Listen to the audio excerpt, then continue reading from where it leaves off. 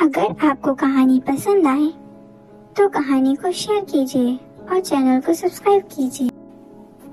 एक समय की बात है, एक बूढ़ी औरत ट्रेन में सफर कर रही होती है और सफर के दौरान वो अपने मन की बात पास बैठी एक महिला से कहती है।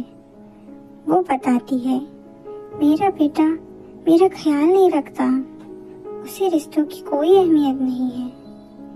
उसे सीख देने के लिए वो एक संदूक में कुछ रखकर ताला लगाकर रखती है और बेटे से कहती, जब मैं मर जाऊं तब ये खोलना।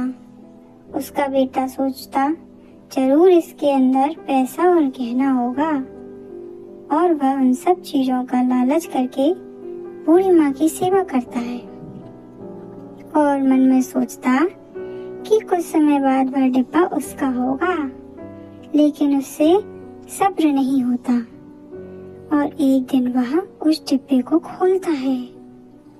उसे उस डिब्बे में पत्थर के सिवा कुछ नहीं मिलता और वह बूढ़ी माँ का ख्याल रखना छोड़ देता।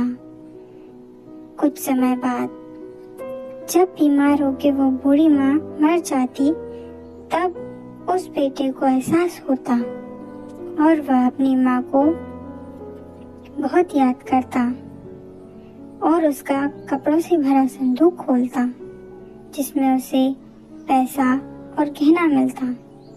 उसके साथ ही उसमें बेटे को खत भी मिलता।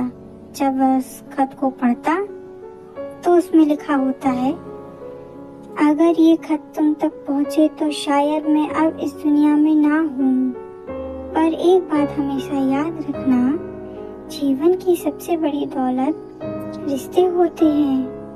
पैसा, सफलता सब मिलेगा, लेकिन अपनों का साथ सबसे कीमती होता है। और वह ये खत पढ़कर बहुत रोता है और उसे समझ आ जाता है कि जीवन में रिश्तों की कितनी अहमियत होती है।